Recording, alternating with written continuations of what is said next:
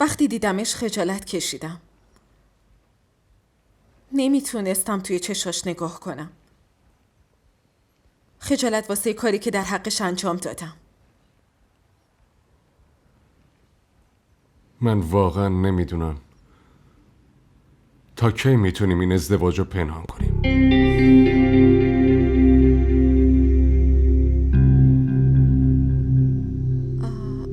اگه بگم زمانش رسیده چی میگی؟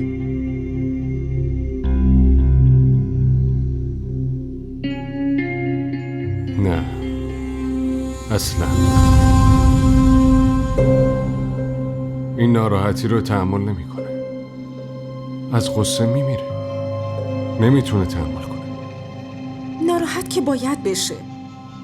ما که نمیتونیم تا آخر عمر پنهانش کنیم. بالاخره که آشکار میشه.